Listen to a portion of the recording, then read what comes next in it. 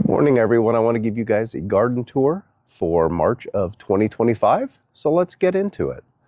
Right here, what we have are our sweet peas, the sweet pea flowers. These ones aren't edible, but as you can see, they actually do produce a little pod.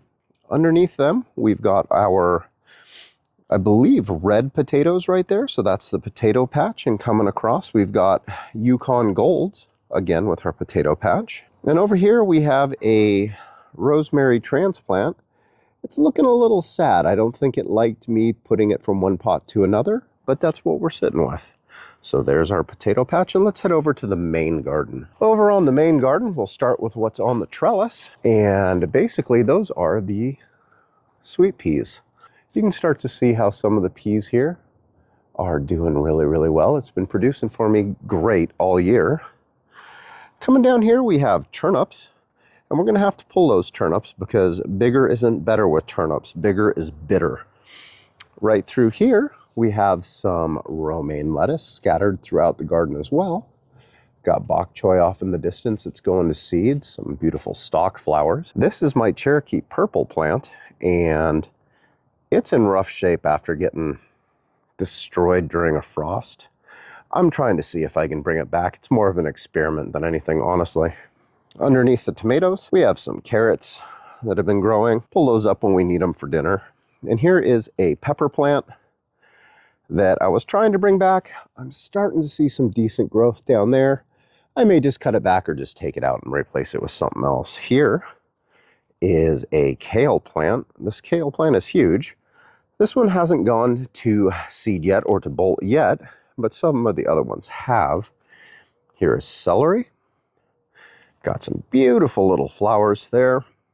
And here's bok choy. This one's going to seed.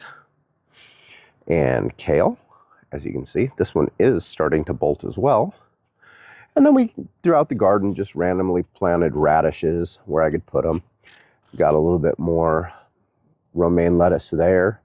Coming through, got kale and flowers. Right here is a French lavender plant. It hasn't done much this year, and I think that's mainly because the cabbage plant has blocked it from getting sun. So that might be something different to do later, next time I plant lavender. Going through, we've got the bok choy that's starting to go to seed. We got celery in the background, kale. This is a broccoli plant where I harvested, and you can see the little side shoots starting to come up. Got more flowers, cabbage, more cabbage. Got some radishes sitting there. Here's my Swiss chard plant. And a cauliflower that never really took off. This one, I believe, was due to a lack of sunlight, but we'll let that go to flowers for the bees. Got spinach here, and you can tell that this guy has been eaten by critters, and it's had a hard time getting started. Right there is romaine, more broccoli, more celery, and here's a couple more broccoli plants. I'm going to need to take those heads off. As you can see, they're getting really far separated there. Beautiful purple flowers. We've got our celery plant there, and here is cilantro. Once it starts to really bolt and go to seed, the bees love the white flowers, so I usually leave them, and that's kind of where we're at with that one.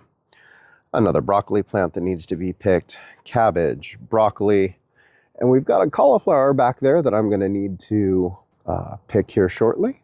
We've got parsley, celery. This bok choy is well on its way to producing flowers and eventually seeds. And finally, we have the snow peas that are starting to die back. And I think I'll leave just one of them to go to seed for next year. So guys, thank you so very much for joining me in my garden on this garden tour. For more gardening related content, please subscribe.